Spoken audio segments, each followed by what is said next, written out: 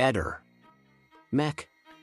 Pallister. Mentre io in solidarietà per un anti-mobbing che vede Sebastiano Visintin capro espiatorio nei social posto le mie analisi, per par condicio, verso l'altro soggetto del caso di Liliana Resinovic che è Claudio Sterpin, i racconti favolistici di Sterpin seconda parte, X. Così come ho fatto sin dalla sua prima uscita mediatica di Claudio Sterpin, ho riascoltato anche questa parte della puntata di QG di un venerdì 18 febbraio 2022, quella dove parla, o meglio, sparla l'amico speciale Claudio contro l'onorabilità della povera Liliana Resinovic. Ebbene, come ho da tempo osservato, questo personaggio Sterpin in tutte le sue improvvide uscite mediatiche appare come un abile psicotico volta frittata al quale riesce a rivoltare ciò che vuol nascondere e che gli è successo a lui di sfavorevole, rigirando quindi la frittata e attribuendo a Liliana quello che gli è appartenuto a lui in toto, e con un unico scopo vendicativo: denigrare l'onorabilità di Liliana e la reputazione del marito Sebastiano con un astio che traspare da tutte le parole che ha pronunciato in questi anni e che continua a pronunciare. 2. Seconda parte dell'intervista, il weekend dal 18 al 19 dicembre 2021 e ritorno a Trieste. Notare che di questo weekend il Sterpin ci tiene che la giornalista glielo domandi come il weekend del 16 dicembre. E perché diremo noi? Perché pensate, nessuno lo ha rimarcato, ma è l'anniversario della morte di sua moglie Palmira Sangalli, deceduta il 16 dicembre 2020. Pensate a che livello di disturbo macabro è giunto questo personaggio. Dopo aver insinuato che già ai primi di gennaio 2021, con la moglie ancora nella bara da seppellire per causa Covid, lui e Liliana si strusciavano amorevolmente nella jacuzzi di casa Sterpin.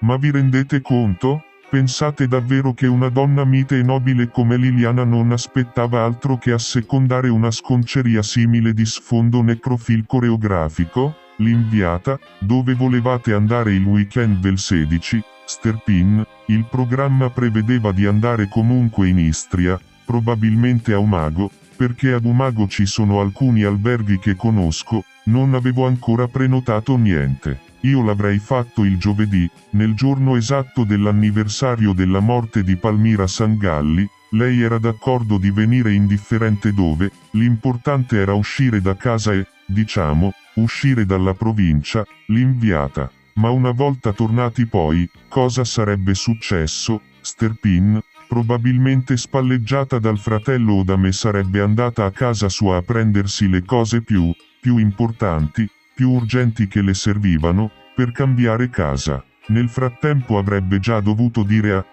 io temo che lei gliel'abbia detto lunedì in sauna, loro se ne sono tornati dalla sauna il lunedì pomeriggio non in pace. È veramente fantastico sto Sterpin, intanto nel dire cose tutte prive di potenziale riscontro, ma ancora nel farci credere che Liliana, una persona mite, buona, mansueta, una che ha detta dallo stesso Sterpin, e non solo da lui. Non potevi assolutamente litigarci d'improvviso si sarebbe messa a fare la mandante punitiva di un pandemonio in casa sua, nel condominio abitato dai due vicini e amici loro di weekend, annunciando a suo marito Sebastiano, protetta da uno dei suoi bodyguard, il weekend d'amore con Sterpin giusto per regalarsi una bella separazione per l'imminente Natale 2021? Ma certo, normale. E per regalarsi un buon augurio di Capodanno, che fa invece Liliana? Si fa il regalo di una bella vedovanza dato che Sterpin gli aveva detto che con 3 operazioni per cancro alla prostata potevano essere anche i suoi ultimi mesi o forse l'ultimo anno di vita, e che per Liliana invece, a detta sempre dello sterpinatore di favole, gli avrebbe risposto addirittura che sarebbe stata felice lo stesso e che avrebbe persino coronato il sogno della sua vita. Ma per favore, dai, per favore, fermatelo. Ecco invece come bisogna leggere le sterpinate che va dicendo sto personaggio, ribaltando semmai la frittata da quella parte che nascondeva quella cosa che gli era successa a lui ma, sempre senza successo con l'indomabile Liliana. Colei che lo sciupafemmine Sterpin definì, come, quella carota che non sono riuscito a raggiungere nella vita. L'Inviata, dove volevate andare il weekend del 16, Sterpin, il mio programma prevedeva di andare almeno una volta in Istria,